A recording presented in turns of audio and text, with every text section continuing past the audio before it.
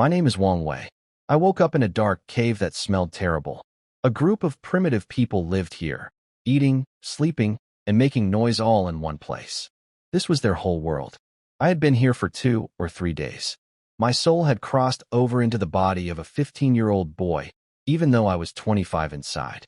I had no choice but to accept it. Living with these simple people was better than being alone. At least I had food and shelter. That night, I stood at the cave entrance, looking at the moon. It made me miss home. There was no fire, no guard. These people were lucky to still be alive. Then I noticed a girl squatting nearby. When she came closer, I recognized her. Everyone called her Flower, because she always wore a flower in her hair. She had a natural charm about her. I teased her a little about what I saw, and she got shy. I promised not to tell anyone, and she smiled. I asked her what my name was. She said, Ugly Stone. Before that, just Stone. The tribes which had given me the name. I thought it was awful. The witch was the tribe's leader, a young woman, maybe 25 or 26. Everyone followed her orders. The tribe didn't even have a proper name yet. This was a matriarchal society. Women held higher status, and boys like me had to listen to the older women. I wanted to change that, and the simplest way was to bring more food, to prove I was capable. That night, Flower slept on my grass mat. She waved me over, so I lay down beside her. She was maybe 13. She just held me gently and fell asleep. Nothing happened, but it took me a long time to calm down. In the morning, the men went hunting and the women went gathering. No one had eaten anything. We were all hungry. I followed Flower to the river, carrying my spear.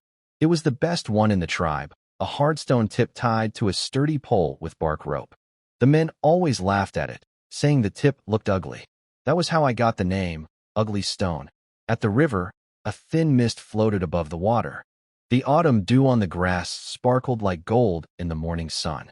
Flower stood barefoot on the sandy bank, turning over stones. She caught a tiny crab and ate it raw, then tossed one to me. I couldn't do it. I told her to cook food first, that eating it raw could make her sick, stomachaches, worms. She thought about it, admitted it was true, and nodded, though she still looked doubtful. I went to catch fish with my spear. The fish here were slow and clumsy. About half my strikes hit. By the end of the morning, I had about 20 large fish strung on a branch. Flower had only caught one small fish with her bare hands. She tried my spear but couldn't catch anything and shouted in frustration. When she saw my pile of fish on the shore, she smiled wide.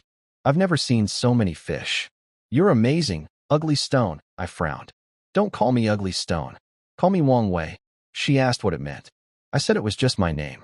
She said if I brought this many fish back, the witch would probably let me change it. Could it really be that simple? We cleaned up, and I washed my hair. Then we picked up the fish and headed back to the tribe. On the way back, we passed women gathering food and children picking wild fruits. They all stared at our fish with envy. In our tribe, whoever brings back more food gets a bigger share. Flower walked proudly through the grass, and everyone assumed she had caught the fish. They ignored me completely. When we reached the cave, the witch saw the fish and smiled wide, showing her white teeth. She praised Flower for being clever and called her the tribe's hope. But Flower was honest. She said, Wang Wei caught the fish. The witch looked confused. Who is Wang Wei? I stepped forward. That's me. I'm Wang Wei now. No one should call me Ugly Stone anymore. She found my behavior strange. I hadn't spoken for days since she brought me back from under a tree. She wanted to argue, but she glanced at the pile of fish and stayed quiet. Looking at her pale face, painted with animal patterns, I thought she probably did that to seem mysterious as the tribe's shaman. I realized that bringing food gave me a voice here. Around 10 o'clock, the hunting group came back in a terrible state. No prey, and 2 men were injured. They had killed a wild boar together with big mouth and yellow teeth, but another tribe showed up, fought them, and took the boar. Long Arm, the hunting leader, reported to the witch with his head down. The hunters were angry and upset. Some even cried. The witch raised her hand, and everyone went silent. We are simply too weak, she said. Everyone lowered their heads. But thanks to my fish and the women's gathered food, no one went hungry that day. Our tribe was small, only 28 people. 15 women, 8 men including me, and 5 children. Flower and a 5-year-old girl called Lu, and 3 boys, Big Ears, Red Eyes, and Samuel. There were no elders. The witch only looked old because of her face paint, messy hair, and thin body. She even hunched on purpose, pretending to be old. I couldn't figure out why. Everyone was thin and weak, even the hunters. We were too small a tribe, and other tribes bullied us. We ate the roasted fish in silence. The mood was heavy. I asked Big Mouth about the other tribe. How many, what they were called, where they lived. His answers were useless. Many, I don't know, beyond the mountain. I sighed. Then loud shouting came from outside the cave. Everyone inside froze in fear and stopped eating. We were being bullied again. The witch slowly walked out, and I saw fear on her face. I followed her. Long arms, big mouth, and yellow teeth came behind us. Outside stood about 40 men, the same ones who had attacked our hunters. They had carried a man with them and laid him on the ground. He wasn't moving. Their leader, a strong, fierce-looking man, pointed at the body and demanded, "Someone from your tribe killed one of ours. How will you pay for it?" The witch trembled. "Your people hurt ours too. What more do you want?" He shouted back. "Stop talking nonsense. Tell me how you plan to pay." She mentioned the stolen boar, but he didn't care. Then he said, "How about giving us your cave as compensation?" The witch's face went pale. She couldn't speak. He pressed harder. "Hurry up, or don't blame us for being rough," she shouted. "You're all beasts." In this world, calling someone a beast was a terrible insult. The leader's face darkened. He stepped forward and punched her in the face. She fell to the ground. I rushed over and helped her up. Blood was coming from her nose and mouth. She said weakly, "Give it to them. We'll move away." Tears rolled down her cheeks. The leader made a proud gesture, and his men all laughed. I held her up. Her face was swollen, blood at her mouth, her body shaking. She looked at me, gave a faint smile, and closed her eyes. I helped her rest to the side, my heart aching for her.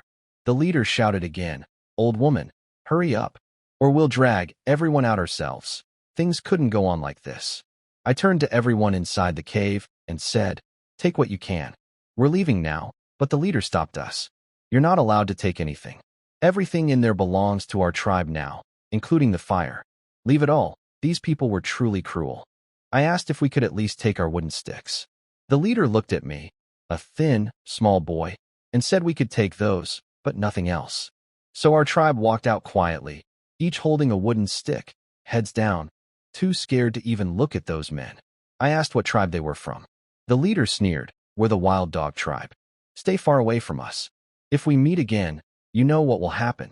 After we left, I later learned the whole thing had been a trick. The man they carried in had been faking it.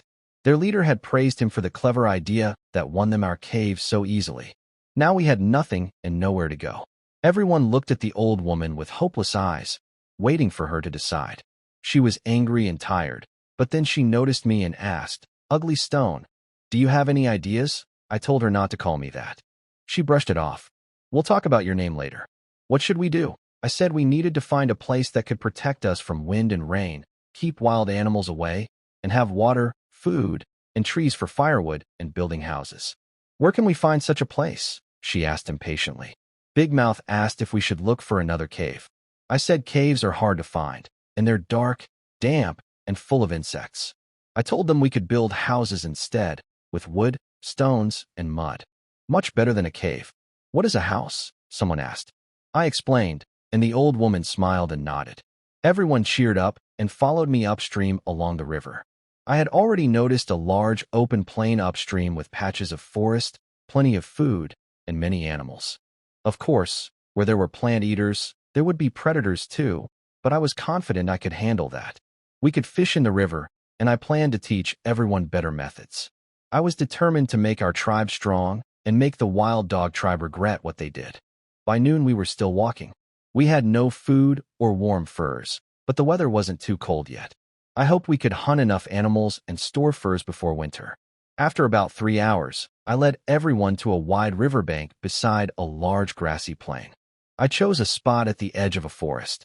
The land was slightly raised and flat, about 600 meters from the big river, no flooding risk. A small stream ran nearby for water. A hill to the north would block cold wind. The forest would give us wood. It was the best place I could find. The others didn't understand why I chose this spot, but they followed along. The old woman had been worried the whole journey, but she finally said, "From now on, You must all follow Stone's instructions. Do whatever he says. With her support, I spoke up confidently. Everyone listen. My name is not Stone. My name is Wang Wei. I come from a faraway place, different from here. Follow my lead, and I promise, we will have food to eat, warm houses to live in, and a tribe so strong that no one will bully us again. They all looked confused. They thought I was born here, grew up here. How could I say I came from somewhere else? Was something wrong with my head? But I didn't care. I was ready to show them what I could do. No one said a word. These people were so slow. We had just talked about this. Finally, Flower spoke up timidly. We need to build houses for our tribe. I felt relieved someone understood. I told everyone that the first thing we needed was fire. With fire, we could cook, stay warm, and keep wild animals away at night. They all nodded. I couldn't help myself. I started telling them about where I came from. Endless food, safe houses, food that could be steamed, fried, boiled. People eating whenever they wanted until their bellies were round. I gestured with my hands to show them. Their eyes went wide. They swallowed hard, lost in thoughts of delicious food. Big Mouth broke the silence with his loud voice. Wang, stop talking about that. Just tell us what to do. Everyone started calling me Wang. I sighed and accepted it. I divided the work. Big Mouth's group would collect firewood. Long Arms and Yellow Teeth would hunt nearby. Sharp Ears would come with me to the river. The women would gather wild vegetables. The children and the shaman would guard the camp. I went to the river for 2 reasons, to catch fish and to find flint stones. As a child back home, I often found stones by the river that could make sparks. With me were Sharp Ears and 2 women, Grass and Leaf. I told them to catch crabs and look for shellfish and green river snails, a delicacy I knew well from my hometown. I searched the riverbank alone and soon found a large piece of flint. I broke it into smaller pieces and shaped one to fit my hand. When I struck 2 pieces together, bright sparks fell to the ground. For tinder, I found dry decayed wood and scraped bark into fine shreds. The bark had natural oils that helped it burn. I gathered enough to form a fluffy ball.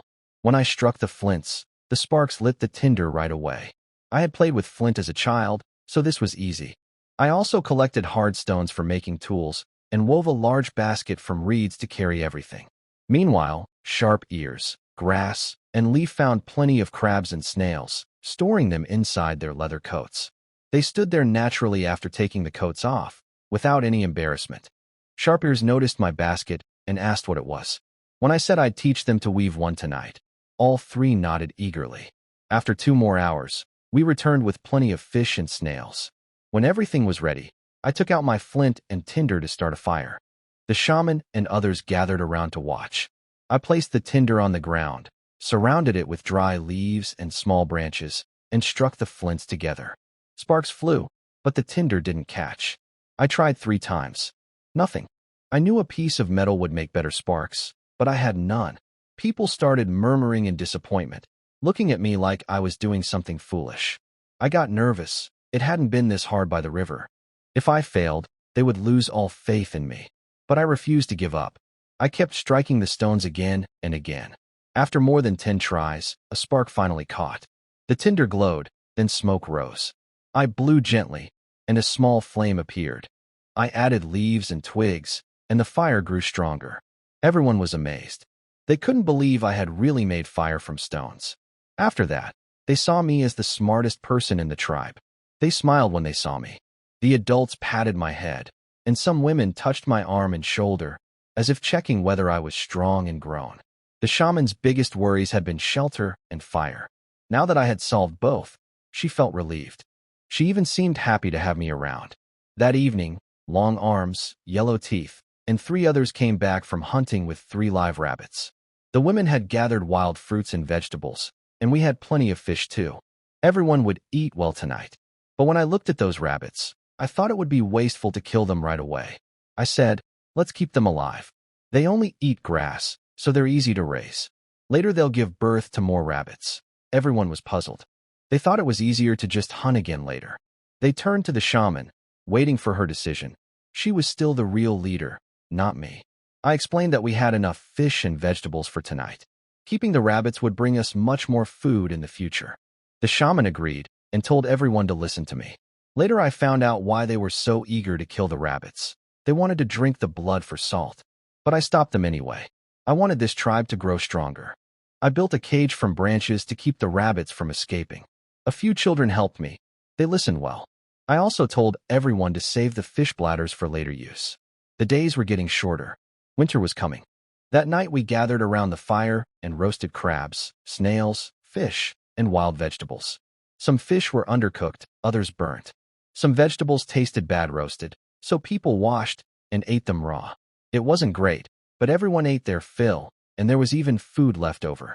After eating, I organized everyone to make stone tools. The primitive people already knew the basics, but under my guidance the tools turned out much better. We made stone axes by burning a hole in a wooden handle, fitting a polished stone head into it, and tying it tight with rope. With axes, we could cut trees. I planned to build a wooden fence around our camp to keep everyone safe. We needed more rope and wood. I decided that the next day, some people would collect bark, strip it into fibers, dry it over the fire, and twist it into rope. At bedtime, 2 women asked to sleep beside me, saying it would be warmer. One named Shah said she was strong, and I didn't need to worry. The other, 2, said she was small but could take good care of me. My face turned red. Their words were too bold. I didn't know how to respond. The shaman rescued me. Stop joking around. Wang is still young. Go find someone else. The 2 women looked disappointed. But the shaman still arranged for Flower to share a sleeping spot with me. It was cold outside, so sharing warmth made sense. In the middle of the night, wild animals came growling near our camp. Everyone was frightened. The fire kept the beasts away, but sleeping in the open with no shelter made everyone uneasy. We spent a restless night. In the morning I told everyone, let's keep working hard. Once we build proper shelters, we can all sleep peacefully. They listened. Having a leader to follow made them more motivated and united. I sent Long Arms and a few others to the river to catch fish. Without food, we couldn't keep working. Spear fishing was too slow, so I planned to make fish traps from vines that evening. I assigned others to gather wood and vines. My plan was to build a wooden wall about 2 meters high and 20 to 30 meters wide around the camp. Later, when the tribe grew, we could expand. With our new stone axes, cutting trees was much faster. By the end of the day, we had gathered plenty of wood. By nightfall, we had raised one side of the wooden fence. It wasn't perfect. The trees were different heights and thicknesses, and there were gaps between them, but it would keep large animals out. We dug a shallow trench, placed stripped tree trunks upright in it, filled the gaps with soil, and pressed it down with stones. Then we tied the logs together with vines. Looking at it, I started thinking about nails, then iron tools, and felt disappointed. We had nothing, but I made a quiet promise to myself. I would lead this tribe into the Iron Age. That night we roasted fish, crabs, snails, and wild vegetables. Everyone was relaxing, feeling proud of what we had built together. I told them, when we finish all 4 walls and build wooden houses, we'll truly have a home. Home. Such a warm word. I knew I could never go back to mine. The shaman asked what a wooden house was. I tried to explain, log walls, a roof to keep out rain and snow, but my words were too abstract. So I grabbed some mud and shaped a small model. Once they could see it, they finally understood. That night, I also taught everyone to weave fish traps from vines. I made a trap about 1 meter tall with a funnel-shaped opening near the bottom. Fish could swim in easily, but couldn't get back out. Flower asked if it really worked. I told her we'd set the traps in the morning and collect them by afternoon. Much better than spearing fish one by one. She also asked about the fish bladders I'd been saving. I told her I'd use them to make glue for building better tools. They were amazed and asked how I knew all this. I learned it from the place I came from. I said, but you've always been in our tribe. My body has always been here, I said, but my spirit comes from another world. They couldn't understand. They just stared at me quietly. The shaman asked, is the world you came from up in the sky? Everyone looked up at the bright moon and twinkling stars, their faces full of wonder. Are the people in the sky gods? The shaman asked. I laughed. I'm human. But life there is better and freer. I told them about my world, how people could fly through the sky and travel 1,000 miles in a day. I pointed at the distant mountain and said that in my world, reaching it would take only as long as walking to the river. They stared at me in amazement. Then the shaman said quietly, you are from the sky. You are a god from the heavens. I later learned that among witches, There was an old legend about a heavenly god who once came down to this world. I took a deep breath and said seriously, that's right. I won't hide it anymore. I am a god from the sky. My name is Wong. You can call me Wong or Great King. I will be your leader because I came here to free you from your suffering. Flower asked. Does that mean we must all listen to you now? People whispered and glanced at the shaman. She stayed silent. I said, without me, could you survive in this wilderness? They all shook their heads. Even the shaman slowly nodded. Without me, could you make stone axes, wooden walls, fish traps, or ropes? I asked. Could you stay warm when the snow comes? And could you take revenge? That got their attention. I reminded them that the people who drove us out were living comfortably in our caves right now. Revenge. We want revenge, they shouted. Great King, help us. I nodded with satisfaction, but told them we had to make our tribe stronger first. We needed time. No one argued. They all nodded and agreed.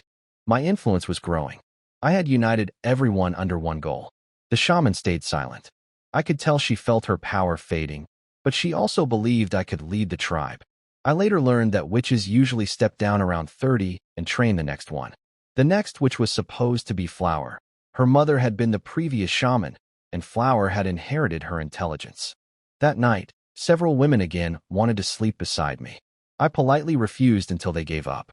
It wasn't that I disliked them, but I wanted to stay focused, and honestly, everyone was covered in dirt with messy hair.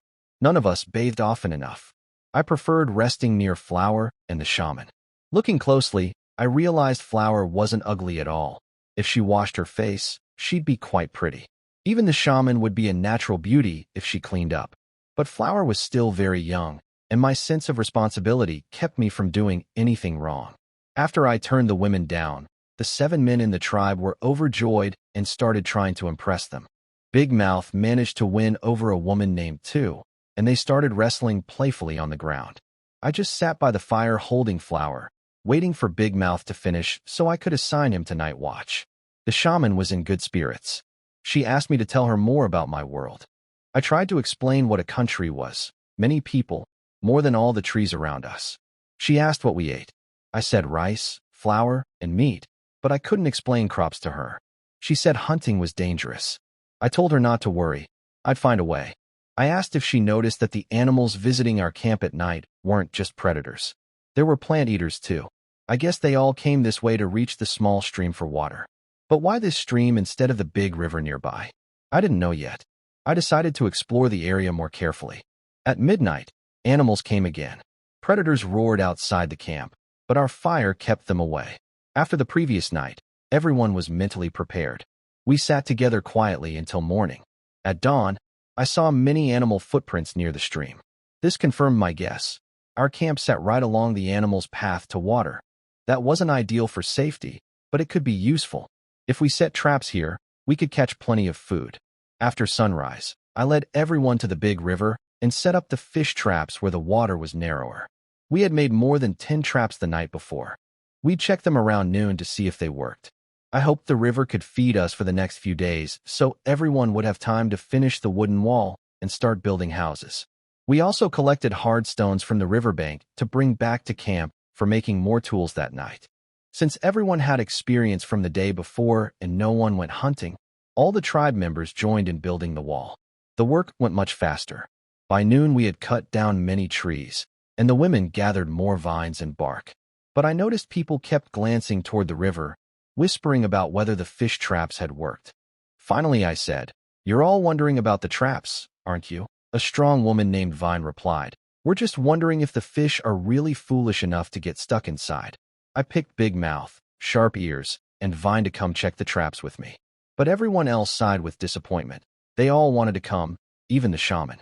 We hadn't eaten breakfast and had worked all morning, so I agreed to let everyone go together. They all hurried to the river ahead of me. Big Belly and Short Legs reached the first trap, pulled it up, and shouted. People on the shore called out anxiously, "Are there any fish?" Long Arms caught the trap, looked inside, and sighed. The shaman looked and sighed too. Everyone crowded around, sighing one after another. My heart sank with every sigh. When the trap reached me, I looked inside. Only rotten leaves. Nothing else. How embarrassing. Then Big Belly, still in the river, suddenly shouted, "There are fish in this one." Really, he brought the trap to shore. Inside were 3 big fish, about 2 or 3 pounds each. Everyone's faces lit up, and they cheered. They rushed to pull up the rest of the traps, shouting with surprise each time. When all the fish were poured onto the ground, I counted 30 fish, each a pound or more, 30 or 40 pounds total. I felt so relieved. Everyone cleaned the fish by the river using the small stone knives I had taught them to sharpen. I told them to throw away the guts and gills, though some were reluctant. Then I had an idea. Maybe the traps caught fewer fish because there was no bait. So I told everyone to put the fish waste back into the traps for tonight. We ate grilled fish for lunch. People patted their still hungry bellies, laughing and joking. I told them we'd probably catch even more by evening. That afternoon, everyone worked with new energy. With the fish traps, they no longer worried about food or dangerous hunts. They kept glancing at me. I was still thin and weak, but their respect for me was growing deeper. By the end of the day, we had built 2 more walls. Only 1 wall and a gate remained to turn our camp into a small fortress. I watched them work with satisfaction. These people were simple and kind, and I was beginning to enjoy this life. As evening came, everyone rushed to the river on their own to check the traps. I didn't want to spoil their excitement, so we all went together. This time we caught even more fish. Since it was getting dark, I told them to cook only part of the fish. The rest we kept alive in a small pond we dug inside the walls and lined with leaves. This way we could raise fish right in the camp. I warned everyone to stay alert. The smell of fish would likely draw wild animals again. After dinner, people relaxed and touched the 3 wooden walls they had built, laughing with joy. It was hard to believe what we had created in just 2 days. I was pleased too. Tomorrow we could finish the last wall, and everyone would sleep more safely. Flower leaned close and asked, "Wong, how do you know so much?" I told them, "You know I came from the sky, so it's not strange. There will be more new things in the future. Follow my plans, and life will keep getting better." Grass and Leaf asked, "Will we always have enough to eat? Will we ever go hungry again?" I said, "There will definitely be food. We just need to work together." They asked what we'd do after finishing the wall. I told them we'd build houses, then make tools, bowls for eating, cups for drinking. "What are bowls and cups?" they asked. So once again, I sat down and explained these new things to them. That night, while we talked, our hands stayed busy. By firelight, we polished stone tools, wove baskets, and I taught everyone to make straw sandals from dried grass. Walking barefoot outside was too hard. By the end of the night, everyone had a pair. During the day, I had built 2 small shelters and used the tribe's only animal skins to make a little tent for anyone who got sick or felt cold. I assigned 2 people to guard the first half of the night, and Flower and I took the second half. After 2 sleepless nights, having 3 walls around us made everyone feel much safer. When they lay down on dry grass, they felt peaceful. It wasn't as safe as a cave, but it was good enough. Flower leaned against me, warm and content. I could tell she was happy. She quietly stayed close, and I wondered what she was thinking. The beasts came again that night, but the trouble ended before sunrise. After 3 nights, everyone had grown braver. I had told them that most wild animals were clumsy and not as smart as people. If we worked together, even the fiercest beasts would fear us. At sunrise, we saw something unexpected outside the camp.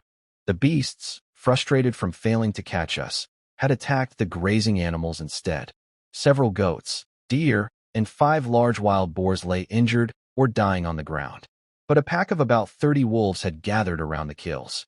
Farther away, jackals were eating the remains. With the wolves outside, we couldn't go out to cut wood or finish our last wall. We were trapped. Everyone looked to me for a solution. I studied the situation and noticed the wolves weren't as large as I'd feared. There were just many of them. I smiled and said, "What do you see out there?" "I see food.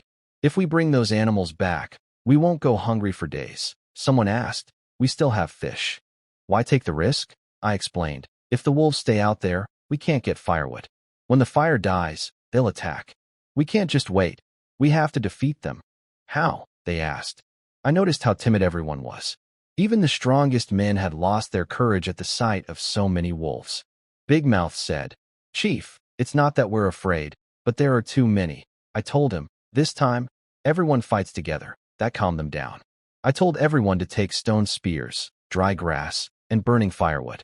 Then we shouted as loud as we could and charged out together. The wolves didn't expect it. A young wolf panicked, ran into a tree, and fell down dizzy. Long Arms, the fastest runner, thrust his spear into its belly and pinned it to the ground. The other wolves backed away, spreading into a circle, unsure what to do. I ordered my people to drag away the injured animals. We killed 4 struggling wild boars on the spot and carried everything back to camp.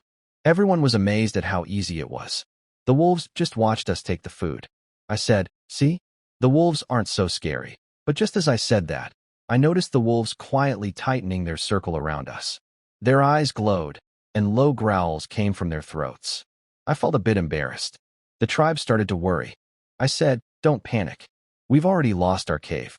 Are we going to let these beasts bully us too? Let's see who wins in the end." The fear in everyone's hearts seemed to fade. We had nothing left to lose. I threw more wood into the fire. The flames crackled loudly. The wolves crept closer, but they still feared the fire. Without it, they would have attacked us already. Both sides were tense. I turned to the men and asked who was best at throwing spears. Long Arms said he was the best with spears. Big Mouth said he was best with stones. Small Eye said he was good too. I nodded. "See that big wolf at the front? That's the leader. If we take it down, the rest will run." The wolves were less than 3 meters from the fire, and we were only 5 or 6 meters behind it. At that distance, our spears and stones could do real damage, but if they charged, we'd have to fight hand to hand. The tension was unbearable. No one dared make a sound. Our breathing grew heavy and fast. "Ready? Throw." I gave the order in a low voice. A spear and several stones flew at the wolf leader. It leaped forward, trying to jump over the fire, but the stone spear pierced its body midair. Stones and axes struck it too, and it fell into the flames. Its fur caught fire, and it rolled on the ground, howling in pain until it stopped moving. The other wolves went wild and charged, but the fire burst apart, sending burning branches flying at them. The flames stuck to their fur, and they cried out in panic. I lifted my spear and used the burning branches to block their attack. With their leader gone, they were losing their will to fight. "Attack!" I shouted and charged forward first, striking a wolf with my spear. The men were surprised that I, the thinnest one, charged first. Big Mouth, Yellow Teeth, Long Arms, and all the others refused to fall behind. They grabbed their weapons and rushed forward, shouting. Even the women joined the fight. It didn't last long. The wolves suffered heavy losses. Except for a few that escaped, the rest were killed. I found the shaman covered in blood and asked if she was hurt. She caught her breath and said it was wolf blood. I went to find Flower and the children. They had fought too. Flower's face was flushed, but everyone was safe. I checked on the others. Amazingly, no one was injured. This was a great achievement for our tribe. Everyone looked at the dead wolves on the ground and smiled with excitement. Together with the sheep, deer, and wild boars we had collected earlier, we wouldn't have to worry about food for a while. I made a new plan. First, eat a big meal. Then finish building the wooden wall. I never wanted to face such danger again. Protecting the tribe came first. Everything else could wait until the wall was done.